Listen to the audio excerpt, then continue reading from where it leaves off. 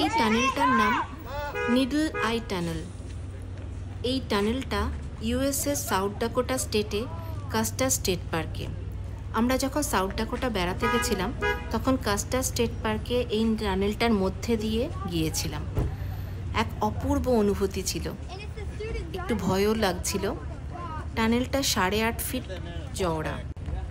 টানেলটা এতটাই ন্যারো, এখান দিয়ে একটা বাস যাতায়াত করা খুবই অসুবিধাজনক। এই বাসটা ধীরে ধীরে বেরিয়ে আসছে, সবাই তার ভিডিও নিচ্ছে, আমিও নিচ্ছিলাম। বাসটা যখন বেরিয়ে এলো সবাই হাততালি দিয়ে বাস ড্রাইভারকে অ্যাপ্রিসিয়েট করছিল। বাসটা বেরিয়ে আসার পর বাসের পেছনে যে গাড়িগুলো ছিল সেগুলোও সব ধীরে ধীরে বেরিয়ে আসছিল।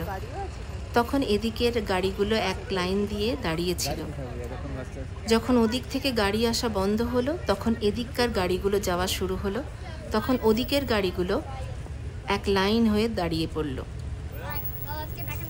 খুব সুন্দর ট্রাফিক সিস্টেম মেনটেন করছিল এখানে।